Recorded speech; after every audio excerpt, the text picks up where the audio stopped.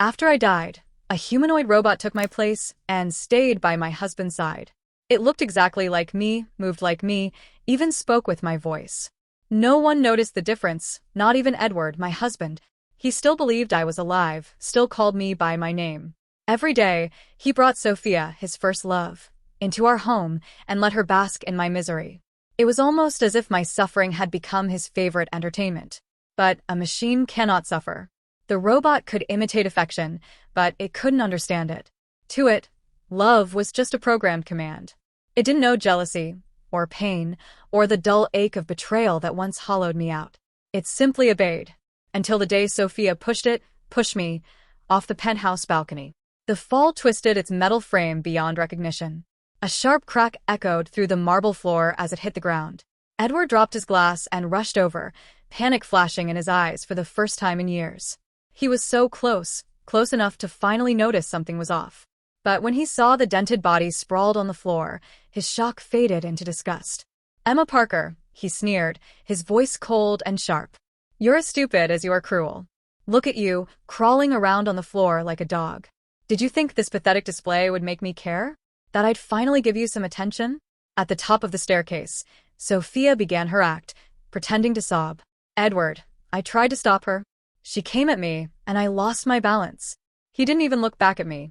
He rushed straight to her side, brushing invisible dust off her arms. Sophia, are you hurt? Did she harm you?" When he saw that not a single hair on her perfect head was out of place, he sighed in relief. Only then did he glance at the broken figure on the floor. "I didn't move." "Stop pretending," he snapped, his patience running thin. "Get up and apologize to Sophia before I have you thrown in a cell." There was no response. The body twitched once, then went still again. Sophia leaned closer, clinging to Edward's sleeve. "Edward, maybe you should check on her. What if she's really hurt?" she murmured, her voice dripping with false concern. But she made no move to approach. Edward gave a bitter laugh. "She didn't even scream. She's fine. It's only the 5th floor. Maybe she broke something. Serves her right." His words were laced with venom. If he could, he might have wished for my death right there. But that wish would never come true. Because the one lying on the cold marble floor wasn't me. It was only the shell that wore my face. A humanoid robot. Indistinguishable from the woman I once was.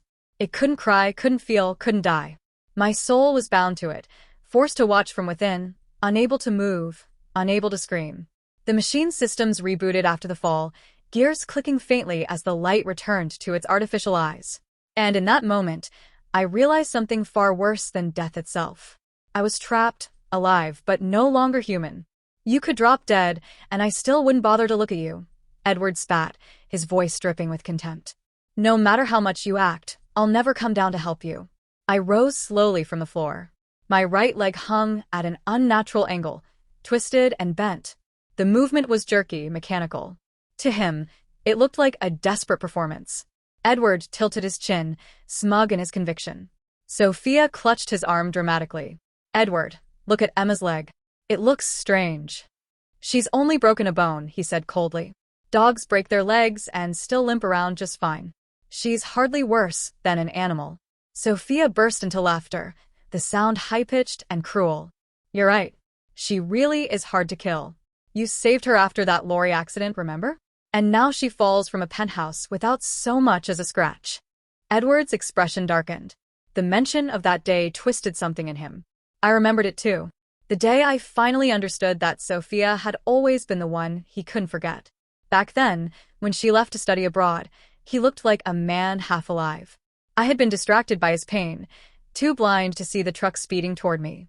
Edward acted on instinct, pushing me away just in time, but his own legs were crushed under the wheels. For a professional ballroom dancer, losing your legs was a sentence worse than death. From that moment on, resentment was all he had left for me. "She's no miracle survivor," he muttered now, his voice trembling with old fury. "She's a curse. First she took my legs, now she wants to take you too." Before I could even process the words, his anger exploded. He kicked me, hard, right where my broken leg dangled. The metal frame beneath the synthetic skin cracked audibly. He froze, startled by the sound, then brushed it off with a sneer. "Go make tea for Sophia. Apologize to her." I nodded obediently, limping toward the kitchen. Each step was stiff and unnatural, but he didn't notice.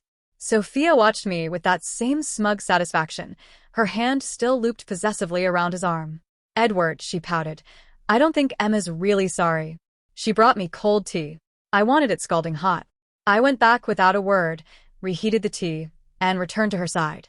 As I offered the cup, she let it slip deliberately from her fingers. "Oh no," she gasped. The steaming liquid splashed onto my leg, but it was Sophia who cried out in pain. "Edward, my leg. I think I've been burned." He rushed to her side immediately, his hands trembling as he rolled up her trouser leg. The only mark on her perfect skin was a faint blush of red. "Emma Parker," he shouted. "You did that on purpose, didn't you?" I looked down at my own leg. The synthetic skin had bubbled and warped where the hot liquid struck, but I felt nothing. Only the faint hiss of melting material. "It wasn't on purpose," I said numbly. Sophia sniffled loudly, clinging to him again. "Emma, I know you don't like me, but this is too much. You're just jealous, aren't you? Jealous that Edward and I can still dance together?" She turned away, pretending to cry harder. "Fine, I won't dance with him anymore if it bothers you so much." That was the spark. Edward's face twisted with fury. "You spiteful woman." He struck me hard across the face. "All you ever do is cause trouble. Now clean up that mess from the floor with your tongue. And then you'll apologize to Sophia properly." Once, I would have screamed at him. I would have told him how I'd knelt before Dr. Vincent, begging him to make prosthetic legs that could let Edward dance again. I would have given my life for it, without hesitation. But the robot didn't understand humiliation. To it, his orders were nothing more than commands to execute.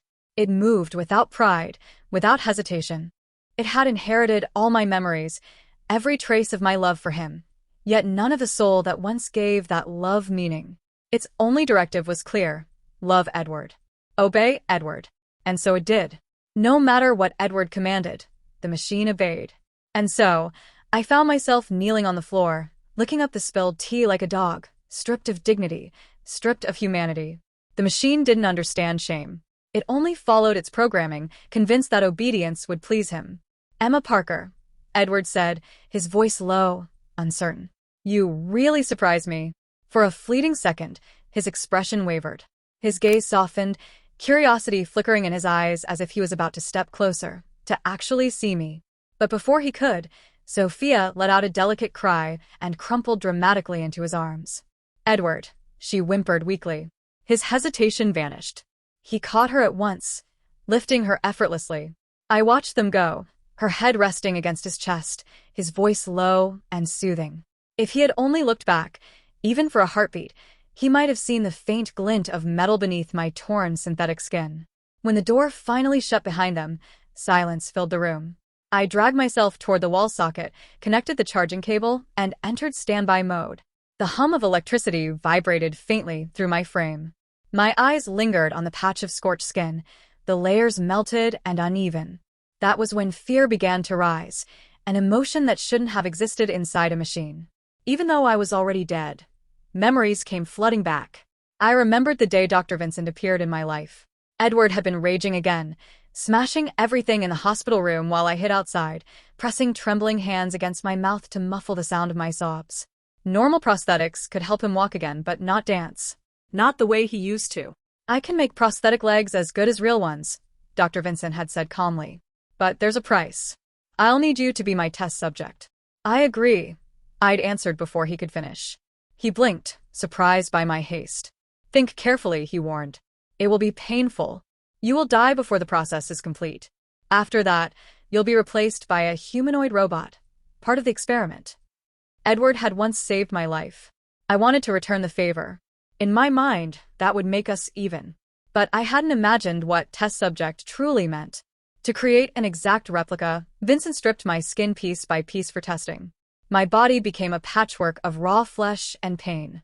The final stage was opening my skull to map my memories, installing my mind into a memory chip.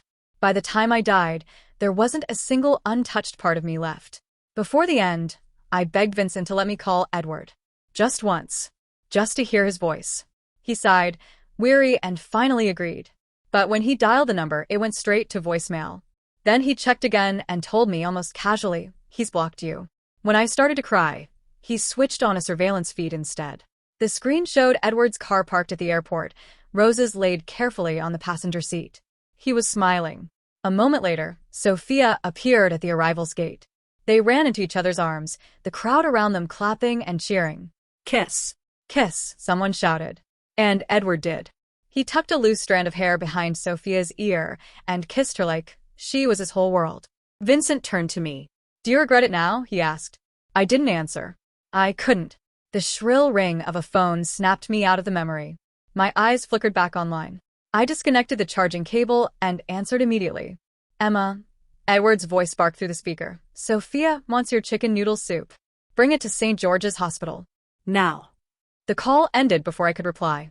Within minutes, the soup was ready. I took a cab through the rain, watching the city lights blur across the window. When I arrived at the hospital, I found them together in her private room.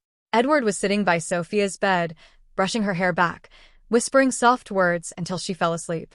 The moment he noticed me, the tenderness vanished from his face. He carefully laid Sophia's head on the pillow, then grabbed me by the arm and dragged me into the hallway. His grip was harsh.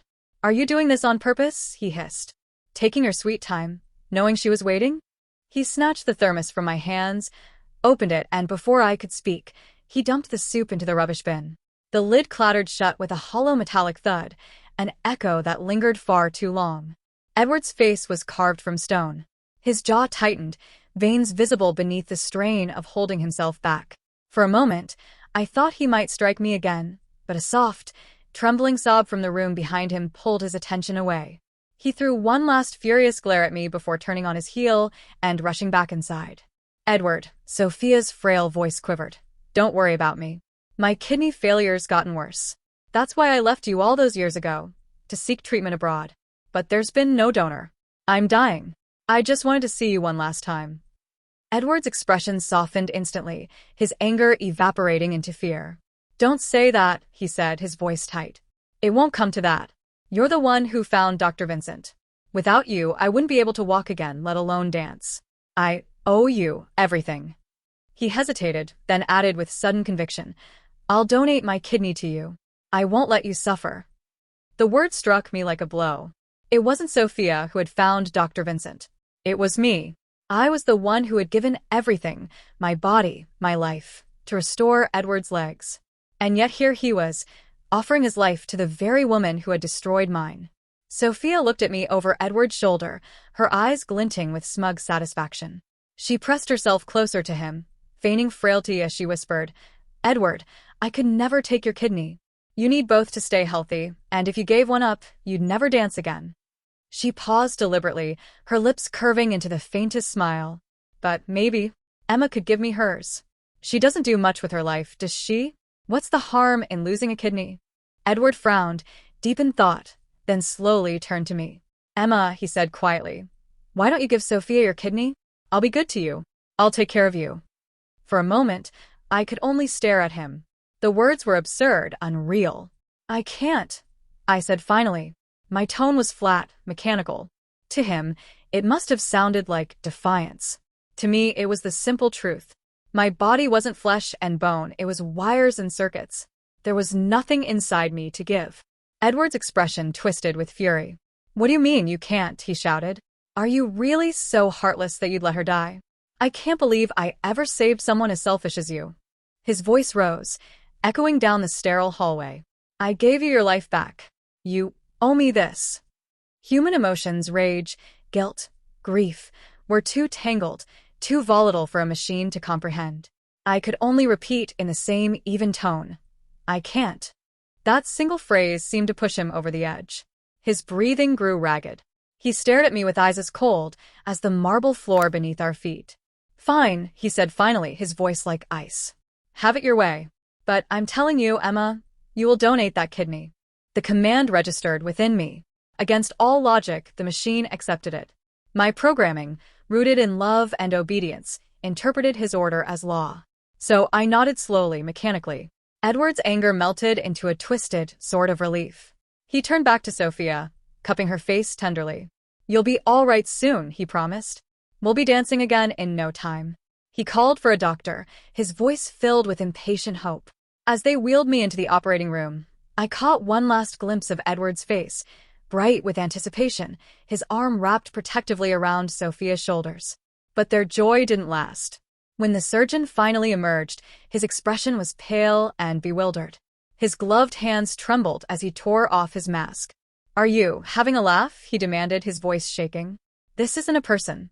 He turned toward Edward, eyes wide with disbelief. It's a machine." The surgeon's words hung in the air like smoke after fire.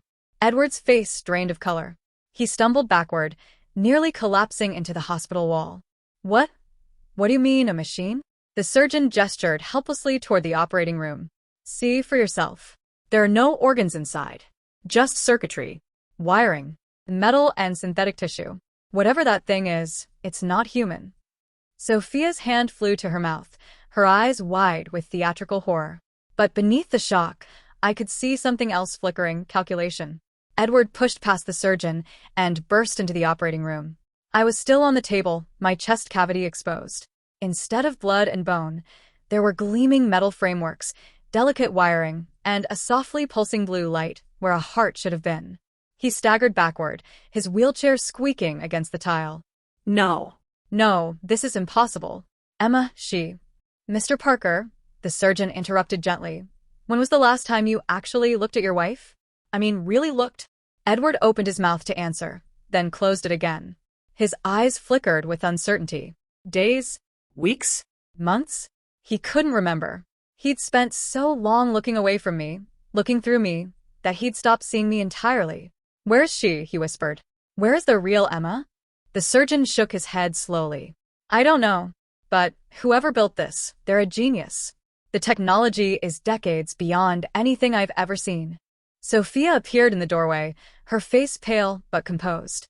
"Edward," she said softly, "maybe Emma finally got tired of you. Maybe she ran away and left this thing in her place." The words were poison wrapped in silk. I could see Edward grasping for them, desperate for an explanation that didn't require him to confront the truth. But then I spoke, my voice emanating from the speakers embedded in my throat. "I didn't leave. I died." Both of them froze. Dr. Vincent needed a test subject. I continued, my tone flat and measured. "To create prosthetic legs that would let you dance again, Edward. Legs that would be as good as real ones. The price was my life." Edward's face contorted. "You're lying." Sophia was the one who found Dr. Vincent. She told me. "I found him first," I said. "I begged him to help you. And when he said he needed a test subject, I volunteered. He stripped my skin piece by piece, mapped every nerve ending, opened my skull, and copied my memories into a chip. By the time I died, there was nothing left of me that he hadn't already taken." The room was silent except for the steady beep of monitoring equipment. "Before I died," I continued, "I asked to call you. Just once. But you'd blocked my number. So Dr. Vincent showed me the surveillance footage instead. I watched you kiss Sophia at the airport. I watched you hold her like she was your entire world. And then I died knowing that the man I'd given everything for had never loved me at all." Edward's hands were shaking. "Emma, I didn't. The robot was programmed to love you," I interrupted. "To obey you. To endure anything you did to it without complaint. Because that's what I would have done. Even after death, I was still trying to make you happy." Sophia's face had gone rigid. The mask of sympathy was slipping, revealing something uglier beneath. "This is ridiculous," she snapped. "Edward, don't listen to it. It's just a machine. Machines lie. They malfunction. We should call Dr. Vincent and have him shut it down before it causes more trouble." But Edward wasn't looking at her anymore. He was staring at the mechanical body on the table, at the face that had been mine, now split open to reveal the truth he'd refused to see. "How long?" he asked hoarsely. "How long have you been like this?" 6 months, I replied. "Since the day you brought Sophia home and told me she was moving back to the city. Since the day you stopped pretending to care." He closed his eyes. When he opened them again, they were wet with tears that came too late. Dr. Vincent arrived within the hour.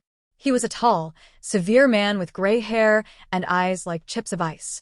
When he saw me on the operating table, he showed no surprise, only a clinical sort of satisfaction. "The experiment continues to function well," he observed, pulling on latex gloves. "Despite significant physical damage. Remarkable." "Experiment." Edward's voice cracked. "You killed my wife for an experiment?" Vincent turned to him with an expression of mild disdain. Your wife volunteered. She was quite insistent, actually. Said she'd do anything to restore your ability to dance. He gestured to Edward's legs. Those prosthetics you're so proud of? They exist because of her sacrifice. Every movement you make, every step you take, you owe to the woman you treated like garbage. Edward flinched, as if he'd been struck. The humanoid was meant to observe human relationships up close, Vincent continued. To learn what love looks like, what devotion means. But you've taught it something else entirely, haven't you, Mr. Parker? You've taught it that love is humiliation. That devotion is worthlessness. I didn't know. Edward protested. I thought Emma was still. Would it have mattered? Vincent asked quietly. If you'd known the truth, would you have treated her any better? Or would you have simply been more careful about hiding your cruelty? The question hung unanswered. Sophia stepped forward, her voice sharp with impatience. This is all very touching, but I need a kidney transplant. Can we focus on the actual emergency here? Vincent's gaze shifted to her, and something cold flickered in his expression. Ah, yes. Ms. Chun. I've been wanting to have a word with you. About what? Sophia demanded. About your kidney failure, Vincent said calmly. Or should I say, your perfectly healthy kidneys? The color drained from Sophia's face. Vincent pulled out a tablet and tapped the screen. I have access to your medical records, Ms. Chen. Courtesy of a colleague at the hospital where you supposedly received treatment abroad. There's nothing wrong with your kidneys. There never was. That's ridiculous. Sophia's voice rose to a shrill pitch. I've been sick for years. That's why I left. You left because you found a wealthier man, Vincent replied. A businessman in London. You stayed with him until his money ran out, and then you came crawling back here, looking for someone else to support you. He turned to Edward. She's been lying to you from the start, Mr. Parker. There was never any illness. She wanted to see if she could get you to donate your kidney, or better yet, force Emma to give up hers.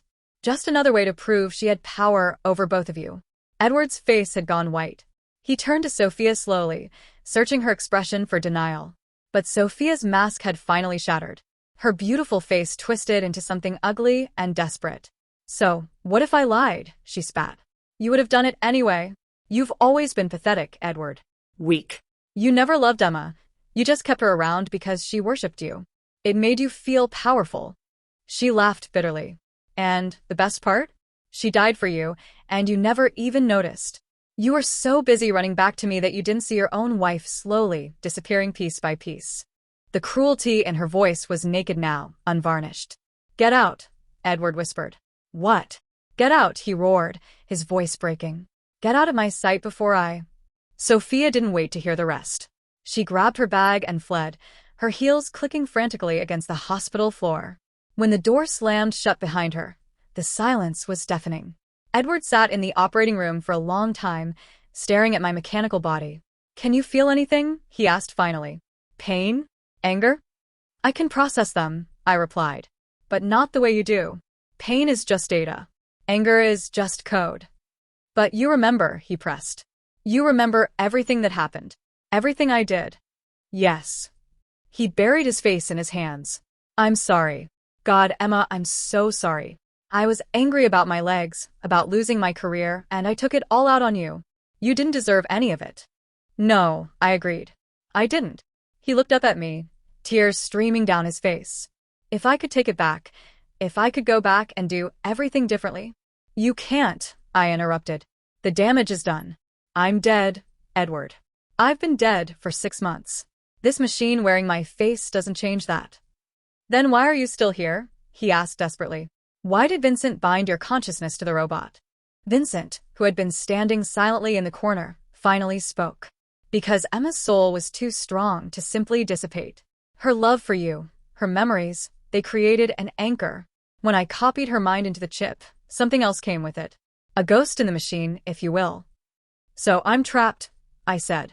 Bound to this body, forced to watch as you destroyed everything we had. Unable to leave. Unable to die properly. Edward's face crumpled. What can I do? How can I fix this? You can't, Vincent said. But I can. He approached the operating table and placed his hand on the robot's forehead. Emma, he said gently, I built a failsafe into your programming. A way out. If you activate it, the robot will shut down permanently. Your consciousness will be released. You'll finally be able to rest. Hope flared inside me, a sensation so foreign it took me a moment to recognize it. But, Vincent continued, there's something you need to understand. Once the robot shuts down, Edward will lose the legs. The prosthetics are connected to your biological data. Without you, they'll stop functioning. Edward's breath caught. He looked down at his legs, the legs that let him walk, dance, live the life he'd thought was stolen from him. Then he looked back at me. Do it, he said quietly. Edward. Do it. His voice was fierce with determination. I don't care about the legs. I don't care about dancing. None of it matters if it came at your expense. He rolled closer to the table, reaching out to touch the cold metal of my hand. You gave me everything, and I gave you nothing but pain. The least I can do is give you peace. For the first time since I died, I felt something warm inside the mechanical chest.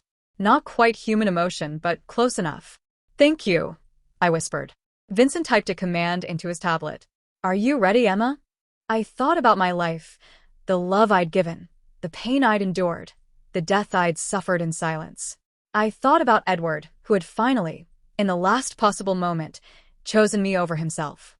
Yes, I said. I'm ready. Vincent pressed the final key. Chapter 7. Epilogue. The shutdown was gradual. First, my vision began to dim, the harsh fluorescent lights of the operating room fading to a soft gray. Then my hearing muffled, Edward's quiet sobs becoming distant and dreamlike. But before everything went dark, I felt something strange, a sensation that didn't belong to the machine at all. Warmth. Real warmth. Not the simulated temperature of synthetic skin, but the genuine heat of human touch. Edward had taken my mechanical hand in both of his, pressing it against his chest. I could feel his heartbeat, rapid, erratic, breaking with grief. I love you, he said, the words choked and raw. I know I never said it when it mattered. I know I have no right to say it now. But I need you to know. Emma, I love you. I always did. I was just too much of a coward to admit it until it was too late. The words I'd waited years to hear. The words I'd died, without ever receiving. They should have felt like victory. Like vindication. Instead, they felt like release. I know, I said softly. Not because it was true, but because forgiveness was the only gift I had left to give. The last thing I saw before the darkness took me was Edward's face, streaked with tears, his lips moving in a silent prayer. Then nothing. When Edward woke up the next morning, he was on the floor. His prosthetic legs had stopped working the moment the robot shut down, just as Vincent had warned. He couldn't walk, couldn't stand. The life he'd fought so hard to reclaim was gone again. But he didn't rage. He didn't break things or curse the world. Instead, he dragged himself to the window and watched the sunrise, thinking about the woman who'd given everything so he could dance, and how he'd wasted that gift on bitterness and cruelty. Dr. Vincent returned later that day to collect the robot's body. Before he left, he placed a small memory chip on the table. I extracted this before the shutdown, he said. It contains all of Emma's memories, the real Emma, not the machine. Her thoughts, her feelings, everything she experienced during those final months. I thought you might want to understand what she went through. Edward stared at the chip, as if it were a live grenade. I don't know if I can, he admitted. Knowing the truth might destroy me. Then perhaps, Vincent said quietly, you'll finally understand what she felt every day she was with you. He left the chip and walked out. Edward sat alone in the empty house, surrounded by silence. The chip lay on the table, glinting in the afternoon light. After a long moment, he reached for it. 3 years later, Edward never danced again. He sold the penthouse and moved to a small cottage by the sea, a place where he could live simply, quietly, without the constant reminder of what he'd lost and what he destroyed. He spent his days in his wheelchair, tending to a garden he'd planted himself. Roses, mostly. Emma's favorite. On the anniversary of her death, he brought fresh flowers to her grave. The headstone was simple, bearing only her name and the dates of her too short life. I'm sorry, he said, as he did every year. I'm sorry I never deserved you. I'm sorry I realized too late what you meant to me. The wind rustled through the grass, carrying the scent of salt and flowers. I hope wherever you are, he continued, you've found peace. Real peace. The kind I could never give you. He sat by the grave until sunset, watching the light fade from the sky. When he finally rolled away, he didn't look back. He learned, too late, that some things can't be undone. Some debts can never be repaid. All he could do was live with the weight of his regret and hope that somewhere Emma's soul had finally found the rest it deserved.